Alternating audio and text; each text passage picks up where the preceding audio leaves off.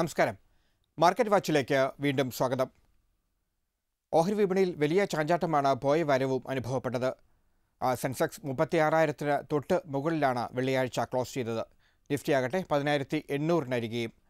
നിരവധി കോർപ്പറേറ്റ് കമ്പനികളുടെ പ്രവർത്തനഫല റിപ്പോർട്ടുകൾ പോയ വാരവും വിപണിയെ സ്വാധീനിക്കുന്നത് നമ്മൾ കണ്ടു. അതുപോലെ ഹെഡ്ജ് ഇക്വിറ്റീസിൻ്റെ ചീഫ് എക്സിക്യൂട്ടീവ് ഓഫീസറായ ഭുവനേന്ദ്രൻ മാർക്കറ്റ് വാച്ചിൽ ചേരുകയാണ്. നമസ്കാരം ഭുവനേന്ദ്രൻ, മാർക്കറ്റ് വാച്ചിലേക്ക് സ്വാഗതം. എങ്ങനെയാണ് കഴിഞ്ഞ ആഴ്ചത്തെ വിപണിയെ താങ്കൾ കാണുന്നത്? പ്രത്യേകിച്ചും നിരവധി റിസൾട്ടുകൾ വന്ന സമയമാണ്. ഇത് വിപണിയെ ഏത് തരത്തിലാണ് സ്വാധീനിച്ചത്? ഈ വീക്ക് മാർക്കറ്റ് വളരെ ടൈറ്റ് റേഞ്ചിലാണ് മൂവ് ചെയ്തത്. മൺഡേ മൊമെൻറ്റം വളരെ പോസിറ്റീവായിരുന്നു. ഒരവസരത്തിൽ 11,000 ലെവലിലേക്ക് നിഫ്റ്റി മൂവ് ചെയ്തിരുന്നു. എന്നാൽ അതിനുശേഷം ഒരു കറക്ഷൻ മോഡിലേക്ക് മാർക്കറ്റ് മൂവ് ചെയ്തു, ഒരു കൺസോൾട്ടേഷൻ ഫേസിലേക്ക് മാർക്കറ്റ് മൂവ് ചെയ്തു എന്നുള്ളതാണ്. Thursday again 10,800 below market correct ചെയ്തിരുന്നു. എന്നാൽ ഫ്രൈഡേയോട് കൂടി വീണ്ടും റിക്കവറി സംഭവിക്കുന്നതാണ് നമ്മൾ കണ്ടത്. എന്തായാലും വളരെ നാരോ റേഞ്ചിലാണ് ഈ വീക്ക് മാർക്കറ്റ് മൂവ് ചെയ്തത്.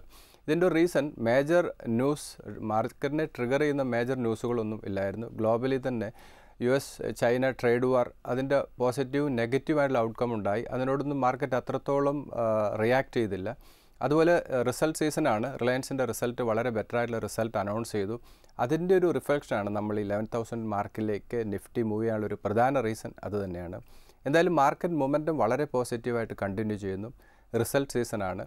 ലാസ്റ്റ് വീക്ക് വന്ന റിസൾട്ടിൽ കോട്ടക് മഹീന്ദ്ര വളരെ ബെറ്ററായിട്ടുള്ള റിസൾട്ട് അനൗൺസ് ചെയ്തു. അതേസമയം ബയോകോൺ, ITC ഇൻലൈൻ വിത്ത് മാർക്കറ്റ് എക്സ്പെക്റ്റേഷൻ ആയിരുന്നു. അൾട്രാടെക് സ്ട്രീറ്റിനെ നിരാശപ്പെടുത്തി. അതുപോലെ യെസ് ബാങ്കിൻ്റെ റിസൾട്ട് വന്നു. എന്നാൽ റിസൾട്ട് മോശമായിരുന്നാൽ പുതിയ MD അപ്പോയിൻറ്റ് ചെയ്തത് വളരെ പോസിറ്റീവ്, അതൊരു വലിയ ഇമ്പാക്റ്റ് മാർക്കിൽ ക്രിയേറ്റ് ചെയ്തു. അപ്പോൾ അദ്ദേഹത്തിൻ്റെ ആ ഒരു ചാർജ് എടുക്കൽ തീർച്ചയായിട്ടും യെസ് ബാങ്കിനെ സംബന്ധിച്ചിടത്തോളം പോസിറ്റീവാണ്. എന്തായാലും വലിയ റൈഡ് നമ്മൾ കണ്ടു. ഏകദേശം 14% യെസ് ബാങ്കിൽ ഒരു റൈഡ് കണ്ടു. അതിനുശേഷം ഒരു കൺസോൾട്ടേഷൻ ഫേസിലേക്ക് മൂവ് ചെയ്തു. എന്തായാലും അടുത്ത 2 ക്വാർട്ടർ റിസൾട്ട് വളരെ ക്രൂഷ്യലാണ് യെസ് ബാങ്കിനെ സംബന്ധിച്ചിടത്തോളം. പുതിയ MD അദ്ദേഹം എടുക്കുന്ന ഓരോ സ്റ്റെപ്പും ഈ ബാങ്കിനെ സംബന്ധിച്ചിടത്തോളം വളരെ ക്രൂഷ്യലാണ്.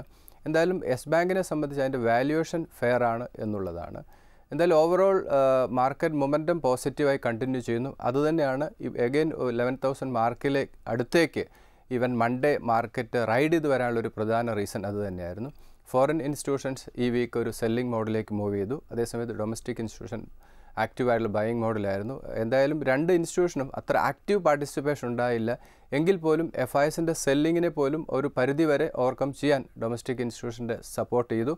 എന്തായാലും മാർക്കറ്റ് മൂവ്മെൻറ്റും ഇപ്പോഴത്തെ രീതിയിൽ വളരെ പോസിറ്റീവായി കണ്ടിന്യൂ ചെയ്യുന്നു എന്നുള്ളത് ഇൻവെസ്റ്റേഴ്സ് സംബന്ധിച്ച ഒരു പോസിറ്റീവ് തന്നെയാണ്.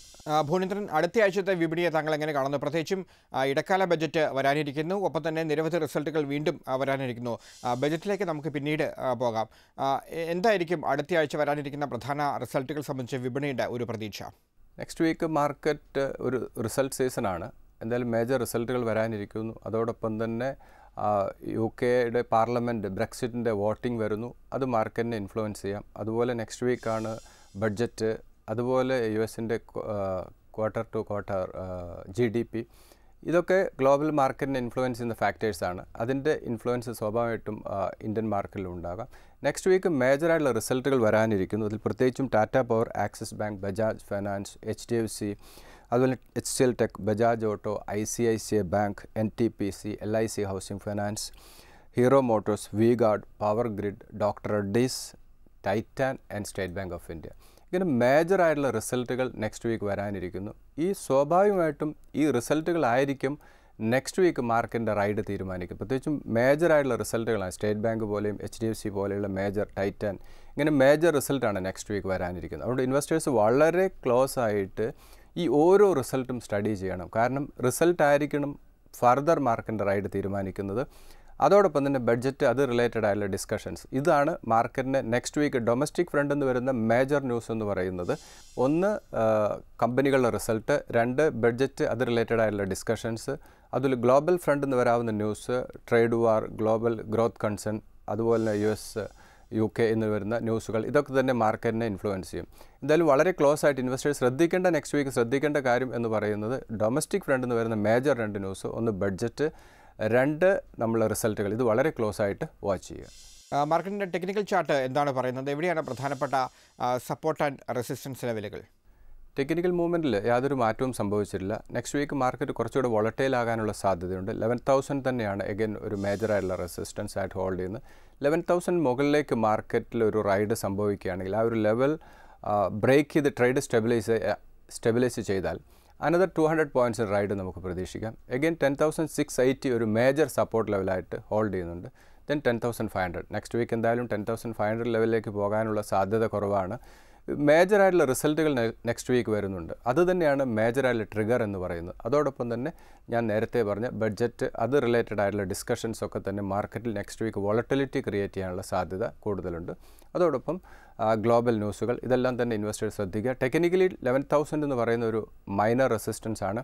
ആ ഒരു ലെവൽ ബ്രേക്ക്, അത് പ്രത്യേകം 11,000 എന്ന് പറയുന്ന മാർക്ക് വളരെ ക്ലോസ് ആയിട്ട് വാച്ച് ചെയ്യണം.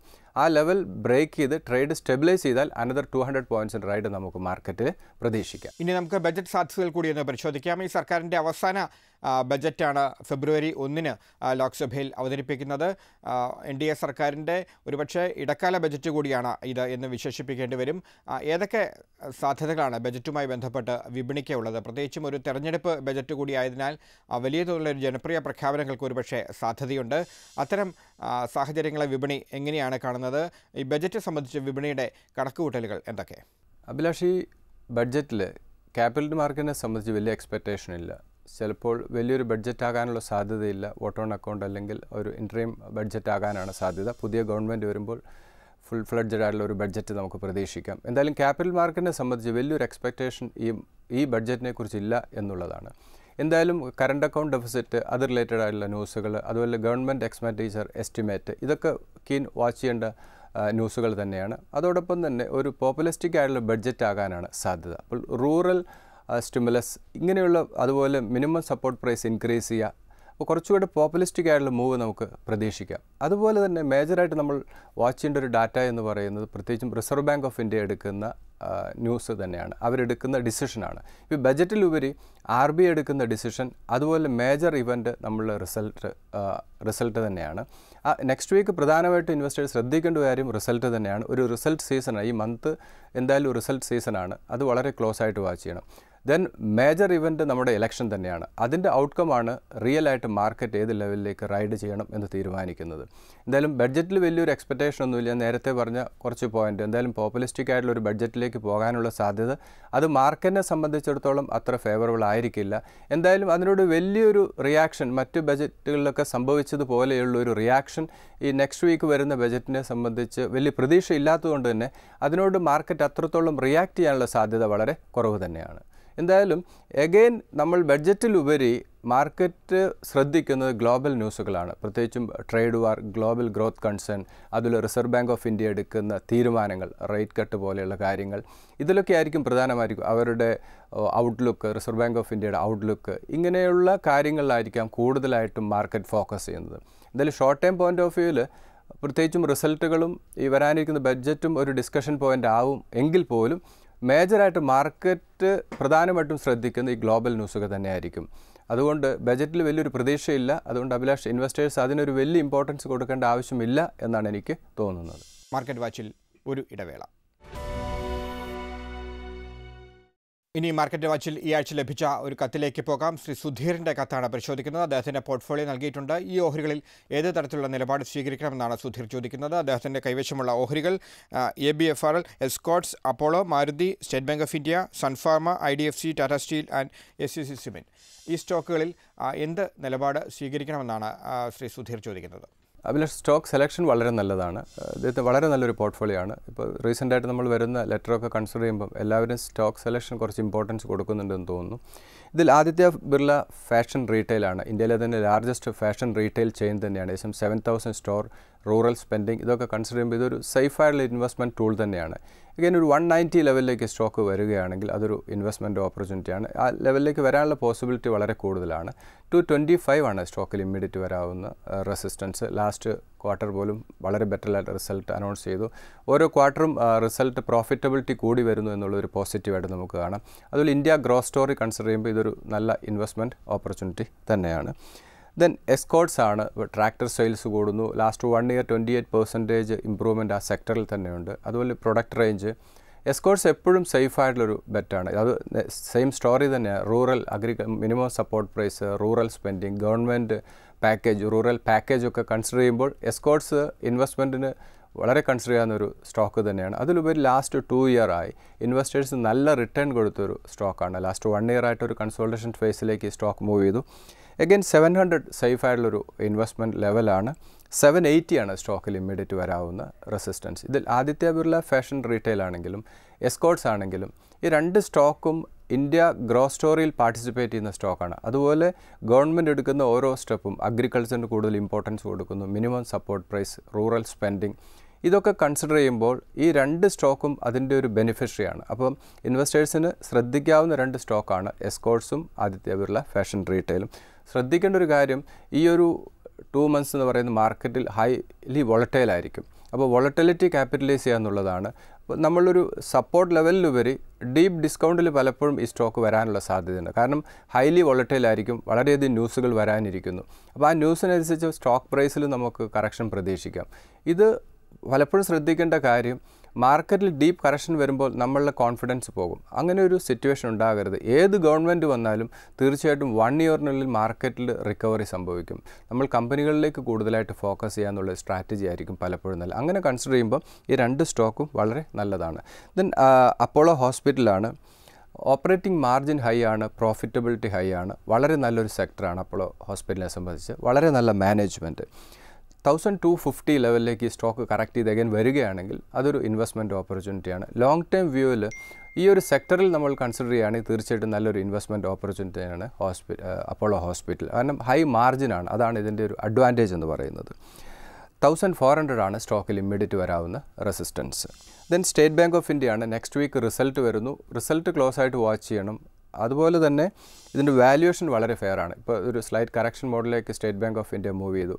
അഗൈൻ 275 ലെവൽ സേഫ് ആയിട്ടുള്ളൊരു ഇൻവെസ്റ്റ്മെൻറ്റ് ലെവലാണ്. ആ ഒരു ലെവൽ വരികയാണെങ്കിൽ തീർച്ചയായിട്ടും state Bank of India, Maruti, അതുപോലെ തന്നെ അപ്പോളോ ഹോസ്പിറ്റൽ, എസ്കോർട്സ് ഒക്കെ തന്നെ ഒരു ഇൻവെസ്റ്റ്മെൻറ്റ് ഓപ്പർച്യൂണിറ്റിയാണ്. ഇദ്ദേഹം ഈ സ്റ്റോക്ക് വീണ്ടും ഒരു കറക്ഷൻ മോഡിലേക്ക് മൂവ് ചെയ്യുകയാണെങ്കിൽ ആവറേജ് ചെയ്യുന്നത് നന്നായിരിക്കും. സ്റ്റേറ്റ് ബാങ്ക് ഓഫ് ഇന്ത്യയുടെ ഒരു മൈനർ റെസിസ്റ്റൻസ് 310 ആണ്. കൂടുതലായിട്ടുള്ള government move, reserve bank of India എടുക്കുന്ന സ്റ്റെപ്സൊക്കെ തന്നെ സ്റ്റേറ്റ് ബാങ്കിനെ സംബന്ധിച്ച് കുറച്ച് അതിൻ്റെ ഒരു ബെനിഫിഷ്യറി ആകാനുള്ള സാധ്യത വളരെ കൂടുതലാണ്. ദെൻ സൺഫാർമയാണ്. സൺഫാർമ ഹൈലി വോളറ്റൈലാണ്, മാനേജ്മെൻറ്റ് ഇഷ്യൂ നിലനിൽക്കുന്നു. അപ്പോൾ ഇൻവെസ്റ്റേഴ്സ് ശ്രദ്ധിക്കേണ്ട കാര്യം ഇതിൻ്റെ വാല്യുവേഷനാണ്. റിസ്ക് എടുക്കാൻ പറ്റുന്നവരെ സംബന്ധിച്ച് ലാസ്റ്റ് വീക്ക് അറിയാം നമുക്ക് 380 ലെവലിലേക്ക് വന്നിരുന്നു. അതിനുശേഷം ഒരു റിക്കവറി പാത്തിലാണ് സ്റ്റോക്ക്. മാനേജ്മെൻറ്റ് ഇഷ്യൂ തന്നെയാണ്. ഒരു ഡീപ്പ് കറക്ഷൻ മോഡിലേക്ക് ഈ സ്റ്റോക്ക് മൂവ് ചെയ്തു. ലാസ്റ്റ് ഒരു 2 ഇയർ ബാക്ക് 1200 വന്ന സ്റ്റോക്കാണ് അഗൈൻ 380, 360 ലെവലിലേക്ക് കറക്റ്റ് ചെയ്തത്. ഇപ്പോൾ ഒരു റിക്കവറി പാത്തിലാണ്. എന്തായാലും ഈ സ്റ്റോക്കിൽ റിസ്ക് നിലനിൽക്കുന്നുണ്ട്. അപ്പോൾ റിസ്ക് എടുക്കാൻ പറ്റുന്നവരെ സംബന്ധിച്ച് വാല്യുവേഷന് ഒരു അട്രാക്ഷനുണ്ട്. അതാണ് ഇതിൻ്റെ ഒരു പ്ലസ് പോയിൻ്റ് എന്ന് പറയുന്നത്. സൺഫാർമ 400 ആണ് അഗൈൻ ഒരു മൈനർ സപ്പോർട്ട്. ദെൻ 460 ഒരു മേജർ റെസിസ്റ്റൻസ് ആണ്. ചിലപ്പോൾ ഈ ഒരു റൈഡ് 460 വന്നതിന് ശേഷം വീണ്ടും ഒരു കറക്ഷൻ മോഡിലേക്ക് പോകാനുള്ള സാധ്യത കൂടുതലാണ്. ദെൻ IDFC ബാങ്ക് ആണ്. IDFC ബാങ്ക് പുതിയ മെർജർ ഇതൊക്കെ കൺസിഡർ ചെയ്യുമ്പോൾ ഈ സ്റ്റോക്ക് ഒരു സേഫ് ആയിട്ടുള്ള അല്ലെങ്കിൽ ഡൗൺ സൈഡ് റിസ്ക് കുറവുള്ളൊരു സ്റ്റോക്കാണ്. 44 ലെവൽ വരികയാണെങ്കിൽ വീണ്ടും ഇൻവെസ്റ്റ്മെൻറ്റ് ഓപ്പർച്യൂണിറ്റിയാണ്. പ്രത്യേകം ശ്രദ്ധിക്കേണ്ട ഒരു കാര്യം, വരുന്ന ഇലക്ഷൻ വരെ ഇൻവെസ്റ്റേഴ്സിനെ സംബന്ധിച്ച് ഇൻവെസ്റ്റ് ചെയ്യാനുള്ളൊരു ഓപ്പർച്യൂണിറ്റിയാണ് നമ്മുടെ മുന്നിൽ വരുന്നത്. കാരണം മാർക്കറ്റ് ഹൈലി വോളറ്റൈൽ ആയിരിക്കും. അതൊരു ഇൻവെസ്റ്റ് ചെയ്യാനുള്ള ഓപ്പർച്യൂണിറ്റിയാണ് എല്ലാ ഇൻവെസ്റ്റേഴ്സും കാണുക എന്നുള്ളതാണ്. 52 ആണ് IDFCയിൽ വരാവുന്ന resistance. Then Tata Steel, global commodity പ്രൈസൊക്കെ തന്നെ ഇതിൻ്റെ പ്രൈസ് മൂവ്മെൻറ്റിനെ ഇൻഫ്ലുവൻസ് ചെയ്യുന്നുണ്ട്. എന്തായാലും ഒരു കറക്ഷൻ മോഡലാണ് ടാറ്റ സ്റ്റീൽ എന്നുള്ളതാണ്. വാല്യുവേഷൻ വളരെ ഫെയർ ആണ്. അഗൈൻ ഇപ്പോഴത്തെ വാല്യുവേഷൻ ഫെയർ ആണ്. അഗൈൻ ഒരു 420 ലെവൽ വരികയാണെങ്കിൽ ഒരു ഡിസ്കൗണ്ട് വാല്യൂയിലേക്ക് സ്റ്റോക്ക് മൂവ് ചെയ്യും. നമുക്കറിയാം റീസെൻ്റായിട്ട് 700 ബിലോ ഹൈ പോയ സ്റ്റോക്കാണ് വീണ്ടും ഒരു കറക്ഷൻ മോഡിലേക്ക് മൂവ് ചെയ്തിരിക്കുന്നത്. ഇപ്പോഴത്തെ വാല്യുവേഷൻ വളരെ ഫെയർ ആണ്. അപ്പോൾ അതൊരു അഗൈൻ ഒരു 420 ലെവൽ വരുമ്പോൾ ഇൻവെസ്റ്റ്മെൻറ്റിന് വീണ്ടും കൺസിഡർ ചെയ്യാം. 475 ടാറ്റ സ്റ്റീലിനെ സംബന്ധിച്ച് ഒരു മൈനർ റെസിസ്റ്റൻസ് ആണ്. ദെൻ ACC എന്ന് സിമെൻറ്റ് സെക്ടർ വളരെ പ്രോമിസിംഗ് ആയിട്ടുള്ളൊരു സെക്ടർ തന്നെയാണ്. അപ്പോൾ ഇൻവെസ്റ്റ്മെൻറ്റിന് കൺസിഡർ ചെയ്യാവുന്ന ഒരു സിമെൻറ്റ് സ്റ്റോക്ക് തന്നെയാണ് ACC. കാരണം പ്രോഫിറ്റബിലിറ്റി, അതുപോലെ തന്നെ വളരെ നല്ല ഓർഡർ ബുക്ക്, ഇതൊക്കെ കൺസിഡർ ചെയ്യുമ്പോൾ ഇവരെ സംബന്ധിച്ച് വളരെ പോസിറ്റീവായിട്ടുള്ള മാനേജ്മെൻറ്റാണ്. അപ്പോൾ അത് കൺസിഡർ ചെയ്യുമ്പോൾ ഇതൊരു ഇൻവെസ്റ്റ്മെൻറ്റ് ഓപ്പർച്യൂണിറ്റിയാണ്. ഒരു സിമെൻറ്റ് കമ്പനി നമ്മൾ സെലക്ട് ചെയ്യുമ്പോൾ അൾട്രാടെക്, ACC പോലെയുള്ള ഫ്രണ്ട് റൺ സ്റ്റോക്കിലേക്ക് നമ്മളെ ഫോക്കസ് പോകുന്നതായിരിക്കും നല്ലത്. പ്രത്യേകിച്ച് ഗവൺമെൻറ് സ്പെൻഡിങ്, ഇൻഫ്രാസ്ട്രക്ചർ സ്പെൻഡിംഗ് ഒക്കെ വരുന്ന സാഹചര്യത്തിൽ കൂടുതലായി ഇതിന് ഓർഡർ ലഭിക്കാനുള്ള സാധ്യതയുണ്ട്. 1350 ആണ് സ്റ്റോക്കിൽ ഇമ്മീഡിയറ്റ് വരാവുന്ന സപ്പോർട്ട്, ദെൻ 1500 സ്റ്റോക്കിൽ ഇമ്മീഡിയറ്റ് വരാവുന്ന റെസിസ്റ്റൻസ്. ഈ സ്റ്റോക്കിൻ്റെ സെലക്ഷൻ എല്ലാം വളരെ നല്ലതാണ്, വളരെ നല്ല സ്റ്റോക്ക്, ഫ്രണ്ട് എൻഡ് സ്റ്റോക്ക്. പക്ഷേ പലപ്പോഴും ഇൻവെസ്റ്റ്മെൻ്റ് ആണ് നമ്മളൊരു കൺഫ്യൂഷൻ. ഏത് ലെവലിൽ ഇൻവെസ്റ്റ് ചെയ്യണം എന്നുള്ളത് ഇൻവെസ്റ്റേഴ്സിനെ സംബന്ധിച്ചൊരു കൺഫ്യൂഷനാണ്. കാരണം വളരെ നല്ല സ്റ്റോക്കുകൾ, വളരെ നല്ല മാനേജ്മെൻറ്റുള്ള എത്രയോ നല്ല സ്റ്റോക്കുകൾ അവൈലബിൾ ആണ്. ആ ഇൻവെസ്റ്റ്മെൻറ്റ് റേറ്റ് ആണ്. അപ്പോൾ ഒരിക്കലും ഒരു പെർട്ടിക്കുലർ റേറ്റ് നമുക്ക് ഒരിക്കലും സജസ്റ്റ് ചെയ്യാൻ സാധിക്കില്ല. കാരണം ഇനി വരുന്ന ദിവസങ്ങളൊക്കെ തന്നെ മാർക്കറ്റ് ഹൈലി വോളറ്റൈൽ ആയിരിക്കും. അപ്പോൾ ഓരോ കറക്ഷനും ഓരോ ഇൻവെസ്റ്റ്മെൻറ്റ് ഓപ്പർച്യൂണിറ്റിയാണ്. അതോടൊപ്പം തന്നെ ശ്രദ്ധിക്കേണ്ട ഒരു കാര്യം, ഏതെങ്കിലും സാഹചര്യത്തിൽ നിലവിലുള്ള ഗവൺമെൻറ്റിന് ഒരു മെജോറിറ്റി കിട്ടാത്ത സാഹചര്യം വന്നാൽ മാർക്കറ്റ് അടുത്തൊരു 6 to 1 year ഒരു കൺസോൾട്ടേഷൻ ഫേസിലേക്ക് അല്ലെങ്കിൽ ഒരു കറക്ഷൻ മോഡിലേക്ക് ചിലപ്പോൾ മാർക്കറ്റ് മൂവ് ചെയ്യുക. എന്തായാലും ആഫ്റ്റർ 1 year മാർക്കറ്റിൽ വളരെ ഷാർപ്പായിട്ടുള്ള റിക്കവറി സംഭവിക്കും. കാരണം ഇന്ത്യ ഗ്രോത്ത് സ്റ്റോറി എന്ന് പറയുന്നത് അത് ലൈവായി നിൽക്കുകയാണ്. അത് ഒരു ഗവൺമെൻറ് മാറി എന്നോർത്ത് ഒരിക്കലും അതിനൊരു ചിലപ്പോൾ ചെറിയ വേരിയേഷൻസ് ഉണ്ടാകുമെന്നല്ലാതെ ഒരിക്കലും ഡീഗ്രോത്തിനുള്ളൊരു ഒരിക്കലും സാഹചര്യമില്ല. അതുകൊണ്ട് ഓരോ കറക്ഷനും വലിയ ഇൻവെസ്റ്റ്മെൻറ്റ് ഓപ്പർച്യൂണിറ്റി തന്നെയാണ്. വളരെ നല്ലൊരു പോർട്ട്ഫോളിയോ ബിൽഡ് ചെയ്യാനുള്ള ഒരു ഓപ്പർച്യൂണിറ്റിയാണ് അടുത്തൊരു 2 months അല്ലെങ്കിൽ 3 months എന്ന് പറയുന്നത്. അത് ഓരോ ഇൻവെസ്റ്ററും അത് കൺസിഡർ ചെയ്ത് നല്ലൊരു ഇൻവെസ്റ്റ്മെൻറ്റ് ഡിസിഷൻ എടുക്കുക. മാർക്കറ്റ് വാച്ചിൽ ഒരു ഇടവേള കൂടി. മാർക്കറ്റ് വാച്ചിൽ ഇനി ബിഗിനേഴ്സ് ഗൈഡാണ്. ഈ വാരം നിക്ഷേപത്തിന് അനുയോജ്യമായ ഒരു പ്രധാനപ്പെട്ട ഓഹരിയും ഒരു മ്യൂച്വൽ ഫണ്ടുമാണ് ബിഗിനേഴ്സ് ഗൈഡിലൂടെ പരിചയപ്പെടുന്നത്. ഈ ആഴ്ച പരിചയപ്പെടുത്തുന്ന സ്റ്റോക്ക് UPL ലിമിറ്റഡ് അഥവാ യുണൈറ്റഡ് ഫോസ്ഫറസ് ലിമിറ്റഡ് ആണ്.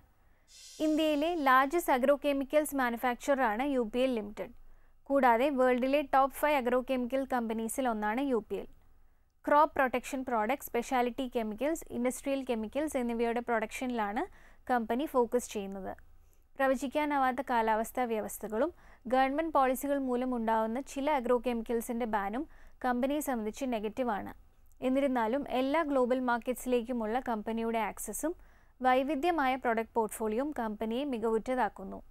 കമ്പനിയുടെ ലാസ്റ്റ് സെപ്റ്റംബർ 2018 ക്വാർട്ടർ റിസൾട്ട് വന്നപ്പോൾ 4257 കോടിയാണ് കമ്പനിയുടെ ഗ്രോസ് റവന്യൂ. 2017 സെപ്റ്റംബർ ക്വാർട്ടറിൽ ഇത് 3770 കോടിയായിരുന്നു. അതുപോലെ 2018 നെറ്റ് പ്രോഫിറ്റ് 15% വർദ്ധിച്ച് 276 കോടിയായിട്ടുണ്ട്. 2008 തുടക്കത്തിൽ UPL ലോഞ്ച് ചെയ്ത പ്രോഡക്ട്സിന് മാർക്കറ്റിൽ വലിയ അക്സെപ്റ്റൻസ് ആണ് ഉണ്ടായത്. ഇത് വരും വർഷങ്ങളിൽ കമ്പനിയുടെ പ്രോഫിറ്റബിലിറ്റിക്ക് വളരെ ഗുണകരമാവുമെന്നാണ് പ്രതീക്ഷ. UPL Limited current market price 748 rupees, financial year 2020 target 817 rupees. ICICI Prudential US blue chip ഫണ്ടാണ് ഈ ആഴ്ച ഞങ്ങൾ പരിചയപ്പെടുത്തുന്നത്. US-ലെ സ്റ്റോക്ക് എക്സ്ചേഞ്ചിൽ ലിസ്റ്റ് ചെയ്ത ഈക്വിറ്റി ആൻഡ് ഈക്വിറ്റി റിലേറ്റഡ് സെക്യൂരിറ്റീസിലാണ് ഫണ്ട് ഇൻവെസ്റ്റ് ചെയ്യുന്നത്. കഴിഞ്ഞ 3 വർഷത്തിൽ 14% റിട്ടേൺസും കഴിഞ്ഞ 5 വർഷത്തിൽ 11% റിട്ടേൺസുമാണ് ഫണ്ട് കൊടുത്തിരിക്കുന്നത്. Amazon.com, Mondelez International, Comcast Corporation, PepsiCo International, Microchip Technology, Hershey Food Corporation, Procter & Gamble, Western Union, Facebook, Wells Fargo, Walt Disney, Microsoft എന്നീ കമ്പനീസിലാണ് മെയിൻ ഹോൾഡിംഗ്സ്. ഈ കാറ്റഗറിയിൽ പെടുന്ന മറ്റ് മ്യൂച്വൽ ഫണ്ടിനെ നോക്കുമ്പോൾ ഇവരുടെ റിട്ടേൺസിനെ ബീറ്റ് ചെയ്യുന്ന വേറെ ഫണ്ടില്ല. ഗ്ലോബൽ സ്റ്റോക്സിൽ എക്സ്പോഷർ എടുക്കണമെന്ന് ആഗ്രഹിക്കുന്ന ഇൻവെസ്റ്റേഴ്സിന് പരിഗണിക്കാവുന്ന ഒരു ഫണ്ടാണിത്. Fund size 215 crore, NAV 25.84 rupees, minimum investment 5000 rupees. Market വാച്ചിന്റെ ലക്കം അവസാനിക്കുന്നു. വിപണിയെ സംബന്ധിച്ച നിങ്ങളുടെ സംശയങ്ങൾ തുടർന്നും എഴുതി അറിയിക്കുക. investment@asianews.in എന്ന വിലാസത്തിലാണ് നിങ്ങളുടെ അഭിപ്രായങ്ങൾ രേഖപ്പെടുത്തേണ്ടത്. മാർക്കറ്റ് വാച്ചിനി അടുത്ത ആഴ്ച ഇതേ ദിവസം ഇതേ സമയം. നമസ്കാരം.